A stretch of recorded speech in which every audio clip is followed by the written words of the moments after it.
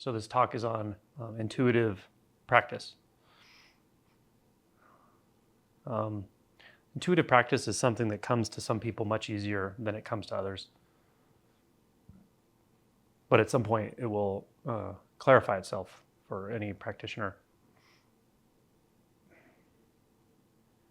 When we start on this path, or with the interest of investigating our true nature, waking up, meditating, doing inquiry, digging in, it feels very much like that we're doing that. We're making the choice to do that.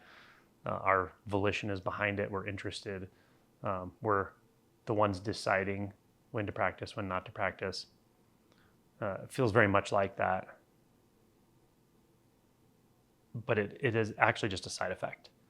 It's a side effect of this gathering of attention around this sense that we've had as long as we can remember being a self, of being the doer, being the one at the helm, directing life, directing everything. So anything that happens in life tends to backward extrapolate that into the context of the one that's doing it, the volitional one, the doer, the one that has will, the one who cares, the one who knows what's important and what's not important, and directs its energy accordingly. So all of that is going to be activated when we start to practice. We start to meditate, become interested in spirituality, awakening, non-duality.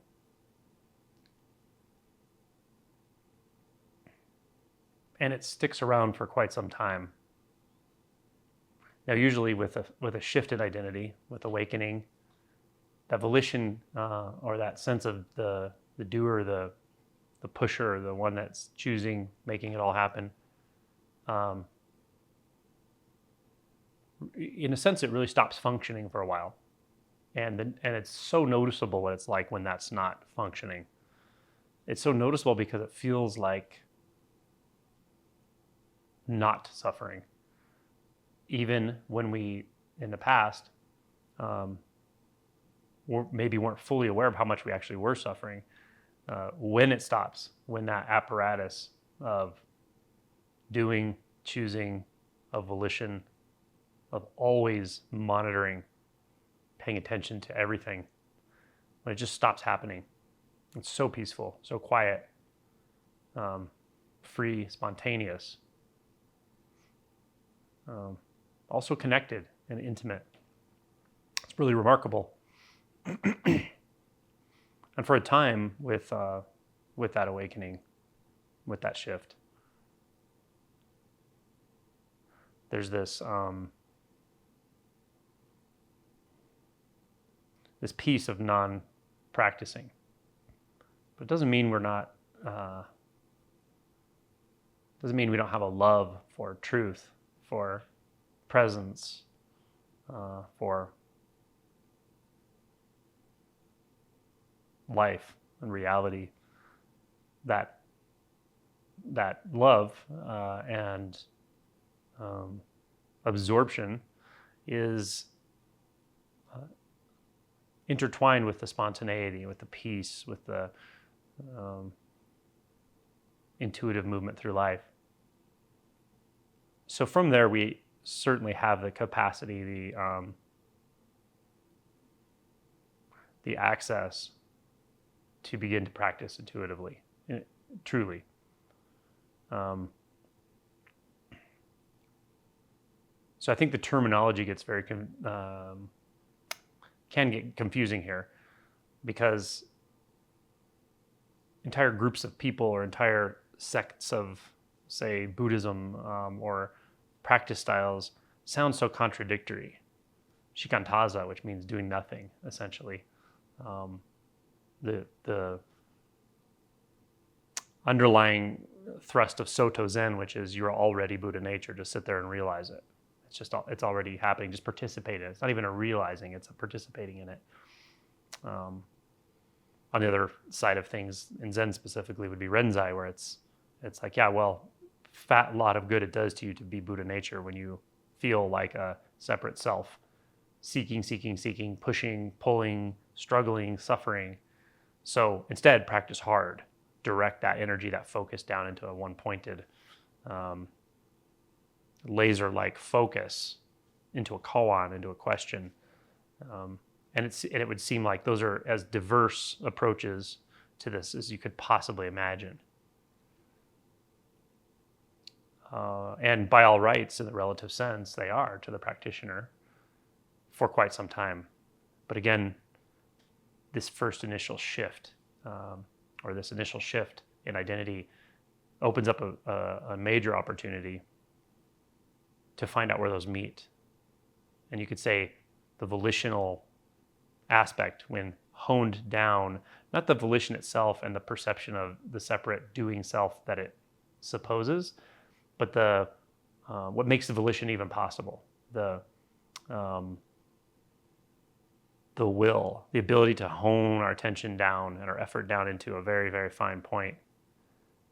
There's something at the core of that. There's something that underpins that is not separate from a profound effortlessness. Something that is ineffable, and yet uncaused. It's not something we have to achieve, do, arrive at, create, or cause. And that's that sweet spot where you get to with a koan, where you get to with mu. It's the red hot iron ball, but not the first part of the red hot iron ball where it feels frustrating and overwhelming and you're obsessed with it, and yet you can't go back. That's the red hot iron ball when you first start to experience it, but it coalesces into this different sort of thing. It's a very sublime and in a sense deeply peaceful and yet as yet unresolved predicament, the problem of birth and death. And it becomes, as I mentioned, sublime. Sublime is in a way that the experience, you could say that's the human experience of being in that place between absolute will, the will to survive, the will to be honed down into a question that's penetrating the veils that seemingly separate us from reality. Where does that come in contact with something that's absolutely and fully beyond anything that's in that you could call your will or your separate self or your choice? You start to feel this as often as you approach awakening. You start to feel that as mu just becomes mooing moo, or as the question who am I just becomes who, just becomes questioning. You start to feel like you're in contact with something vastly greater than you in some way. Not necessarily an entity or an intelligence or God, but something that is perhaps ancient, that is beyond all dimensions of your power structure as a human. You feel it, and that is sublime. So beyond that point, beyond that shift, one way of speaking would be to say that all practice really is veering off toward one side, then veering back to the other until you find the sweet spot in the middle, ongoing. And as that happens, perceptual layers fall away, distorting layers of experience. Distorting layers of processing that color your experience fall away, piece by piece. And you do find that there's a deep and profound truth to what Dogen refers to as practice enlightenment. Practice enlightenment means practice is enlightenment, and enlightenment is practice. We enter the world of paradox, and certainly when it comes to language, reality is not necessarily paradoxical, but any way that we can approach it with mind, with language, etc., is going to be paradoxical. Reality is neither a paradox nor not a paradox. But this is why I have this section in my book on paradoxes and describe the importance of becoming comfortable with paradoxes, because this is all very paradoxical. And it's interesting because you'll see in groups of people, not picking on any specific person, group, or sect or anything, but you can see the way egos function, not just in a person, but in a group of people, where they really will outwardly or publicly chastise people who talk about practicing effortlessness in various ways. It's like Neo-Advaita or even Soto. Like you'll see Renzai sects that will get online and argue about Soto and so forth. And vice versa. You'll see the criticism of practice and the description that the idea of being a practitioner reinforces the sense of being a separate one, reinforces the sense of being a seeker, reinforces the illusion that you're going to find anything outside of this. And both of those criticisms have merit. They're not wrong, but they're just not completely right. What's being missed, I think, in either of those positions when held rigidly, what's being missed is that reality doesn't care about X or Y. Reality doesn't function that way. It doesn't function as here or there, right or wrong. Reality is like and, here and there, right and wrong, meaningful and meaningless, precise and muddy.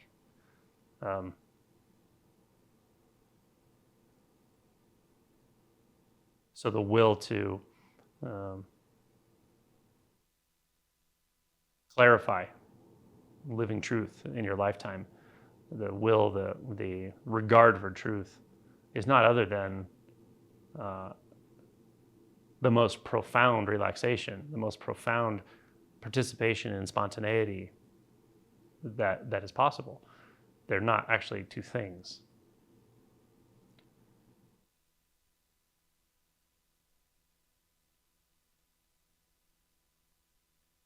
So intuitive practice, to me, at least in this talk, intuitive practice means being willing to find that sort of sweet spot. That it's not so much a compromise; it's a recognition that's symmetrical, and to be able to find it actually in your own experience in this moment, which may look different than it might look in the next moment, and being willing to open to that, the fact that it's really not fixed. We want to grasp a practice. We want to know, oh, this is the right practice, or even this is the right practice for this time, this moment, this set of conditions. And that may be true. There, in the relative sense, there are certain practices that are very valuable at certain times and with certain fixations. But we also have to be willing to be very flexible, more and more over time, as realization progresses, as we clarify things. You could say we're called upon to be willing to experience much more broad bandwidth of experience, both internal and external. Or a more broad bandwidth of I don't have a great word for it, but what seems right in this moment. A lot of the opposite of that is a lot of the sort of questions I get about practice could really just be summarized in one word, and that is doubt. People tend to say, oh, is this right or is that right? Or you were saying this and this, and I really resonated with that. So here's what's happening with me. Do you think that's right? But you can see implicit in the question is a doubt, self-doubt, a doubt of your own experience. Intuitive practice is sort of the opposite of that. It's completely suspending that doubt and realizing whatever is being experienced right now, whatever is being felt, whatever is being sensed, however consciousness is moving, however the mind is moving, or whatever thought is appearing, it's completely right. And trusting that if it's fixed, it's fixed. If it's fluid, it's fluid. If it's silent, it's silent. If there's sound, there's sound.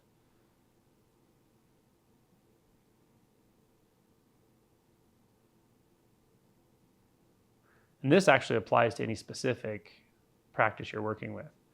If you're working with the experience of subject and object, And you come to a place where you ask yourself the question, well, what is my evidence when I'm seeing or looking at an object, experiencing an object visually? What is my reference point that says there's something seeing that object over there, or that there is an object over there at all? What is my reference point? And then we find, oh, there's no reference point in the actual experience. There's only a reference point when attention's somehow pulled into the mind and there's a construct that says, oh, I know I'm here and I know that's over there. I just know that. And we realize, okay, I see the attention had been pulled back into the mind. So then, again, we return our attention to the object, the experience, the visual field, and just let it stay there. And it might be a little uncomfortable because it's sort of unknown when we don't grab it with mind, when we don't turn it into something concrete or specific or solid or labeled. It can be uncomfortable. So there's like a meeting of that visual experience just as it is, like the raw data, with a certain kind of discomfort. But when we don't pick and choose, and we don't doubt the experience, then you might intuitively find that that's okay in this moment, that there can be a little bit of a discomfort, an unknowing, a bit of a disorientation as you're experiencing a visual object in this type of practice. And when you find that place where a little bit of discomfort, what you might define as discomfort, meets the visual experience, for instance, you might intuitively feel like it's okay to be right here with this. This is very subtle stuff I'm talking about now. So if it's not completely clear, just feel into it, or let it just drop into your experience in your body, your mind, but hold it lightly. But often with practices where we're sort of on the edge of something, the edge of a shift, the edge of our perceptual ability, we're hitting a veil again and again and again. That has a bit of a discomfort to it. It's like this with koans too. It's like this with your first koan. It's like this with inquiry questions often. You just feel like you're hitting something, like almost like a barrier, and it's a little bit uncomfortable.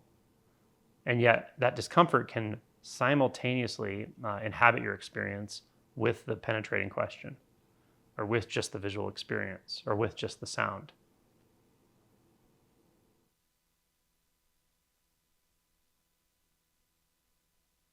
So be willing to feel, you could say, the meeting point or the friction point, again, without labels, just as an experience, as a sort of summation of experience. And trust that, oh, okay, it's okay. Even though it might feel a little uncomfortable, it might feel unresolved, a little confusing. Without adding those labels, it's just sort of the way the experience is presenting itself. Then if you trust your intuition here, you'll stay with it. It's okay.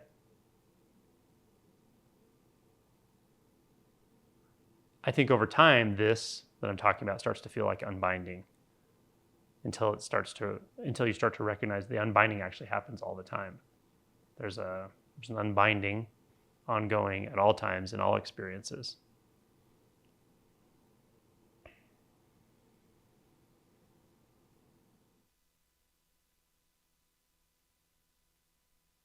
Another common thing that will happen during retreats was we're working on a specific practice. We may really feel like we're getting somewhere, or we're clarifying. It could be just consciousness as is. Might be who. Might be the where's the center of the body? I'm looking for the center. Feels like it's up here in the head or the face or the chest. I'm trying to locate it.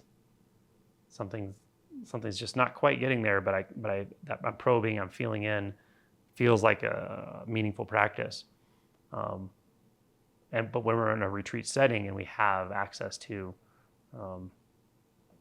a profound deepening of presence, that may turn into something that feels like almost like an energetic pain center in the body, or something, a fixated center in the body, or a fixation somewhere in the body mind, in this general vicinity.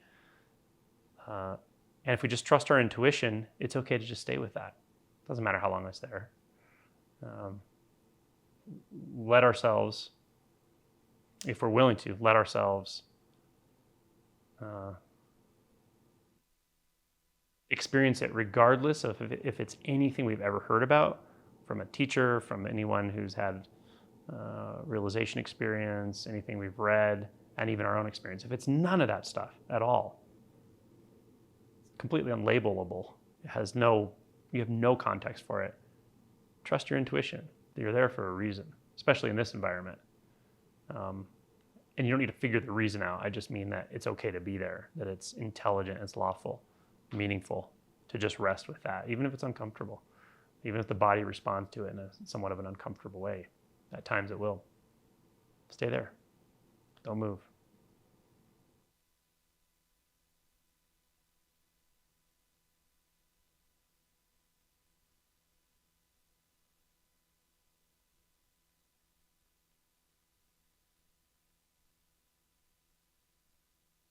Experience may start to change, move a little bit, dissolve, or it may not for a time, and that's okay. Maybe a sentence, a fear you have, something old, something from your life, fear of loss of a loved one, remembering a loss, fears or concerns or beliefs around safety, around strength, health, death. You may feel something come into consciousness, especially in this setting, that's heavy, feels like it needs to be addressed, but if you ask the mind, it'll say, I don't know how to address that. I don't know what to do with that. It'll be bouncing back, trying to distract, thoughts. Just trust yourself, trust your intuition. You've gotten there, so you're okay to be there. So touch in, feel in. This is the part where the chapter I have called Be Willing to Be Uncomfortable is meaningful, because this can be uncomfortable work. It doesn't have to be, and often it's not, but sometimes it is for sure, and that's okay when it is. In fact, when it is uncomfortable often is when you're doing the best work, even if you don't know it in the moment. Even if it doesn't lead to an immediate big shift or something, you're often doing the most important work you can do. Now, not to get morbid so early in the retreat, but sometimes it will actually feel like death, like you're actually dying, like something feels like it's dying.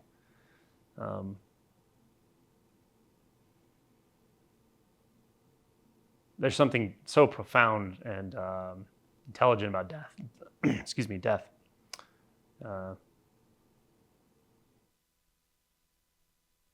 Because you can't negotiate with death. Can't negotiate. It's a non-negotiable. And you know it physically. So to come in contact with something like that, you're coming in contact with something very powerful, something you've avoided your whole life, and yet here you are. If you can die early, I recommend it. Die before you die the physical death. You'll experience a very different kind of life afterward. But it's not the death itself that matters so much, and it's not what happens afterward. So again, hold that lightly. What matters is being willing to actually experience it, what that feels like. Because you can't know what's beyond death. You can't even know what death is exactly. Not in the way we want to know it, not in the way our mind constructs what we feel like is our life and the world and ourself and our everything, our spiritual world. It constructs it a certain way to actually avoid what we're talking about right here. So if your intuition leads you there, then just stay there. Because you're in a protected environment here, practically speaking, in the retreat.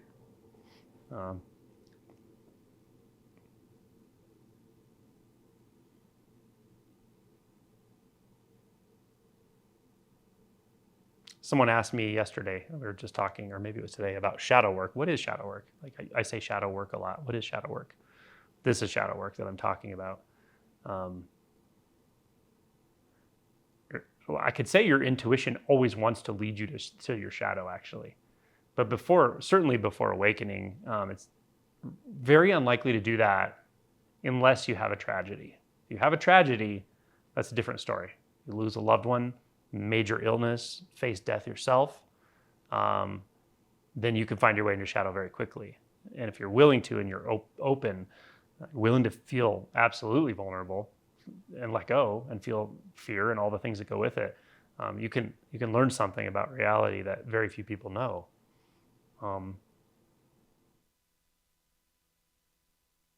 But when you take this practice up, when you take up the investigation, you have an opportunity to face it fully, completely, and get to know it very well. Get to know this it's sort of the ultimate veil when it comes to ego and self. Ego and self cannot pass this veil. It can pass, the first gateless gate, maybe a couple after, but it will come to a place it cannot pass, cannot go through. Something can go through, but it's not a self. And the only way that can happen is through a very real kind of death. This talk got morbid quick. This is the first talk of the retreat. What are we talking about next?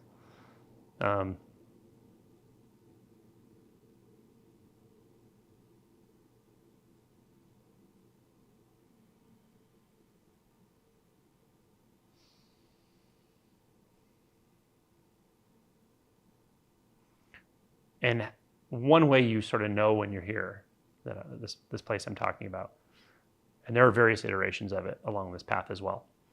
The way you know you're here is there are just no choices left. No escape routes. And that might be terrifying at first. It might not be, but it may be terrifying at first. If you just stay there, it's not terrifying anymore because, again, there's nothing you can do. There's no escape routes. You didn't choose to die any more than you chose to be born. And something physically knows that. So you can just let what's going to happen.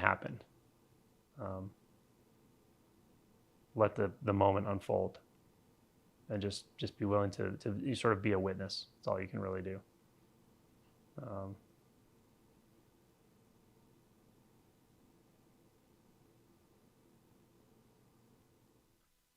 And you're also giving yourself to it.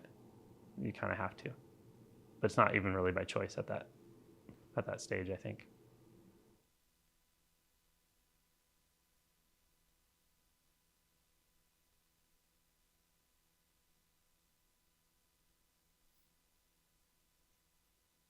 So again, this talk can be intense for people, like maybe not so much in here, but others who might hear this, this talk of death and all this. And of course, in a practical sense, I'm not talking about walking out in front of a car or something, right? The mind, when it gets fearful, is going to do that. It's going to come up with examples of like, oh, is Angelo saying to go kill myself or jump in front of a car, right? So not at all. Practically speaking, you will protect yourself. You just will. Well, even if you don't want to, you probably would. The body mind is intelligent. I'm not talking about in the relative sense, not trying to protect yourself, not doing the normal things you do for safety and so forth. So a way I could say this would be, the one thing I think you should let take your life is realization. Everything else, protect yourself, because that's your duty as a individual being. When it comes to realization, let it take you. You can trust it. But that's also why it's the ultimate leap of faith.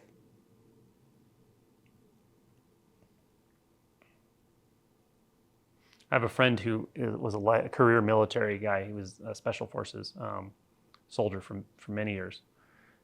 And he told me something really interesting. He said, a lot of people can talk a big game, but until someone's actually shooting at you, you never know what you'll really do. You can think you'll know what you do, but until the bullets are literally flying at you, That's when you find out who can actually function and who can't, And this is that sort of thing. Like you could plan it and go, oh, I'm not afraid of death. People say that stuff all the time. I'm not afraid of death. We'll see, when you feel it, as someone said, when that bony finger is pointing directly in your face and it doesn't let up, that's when you find out.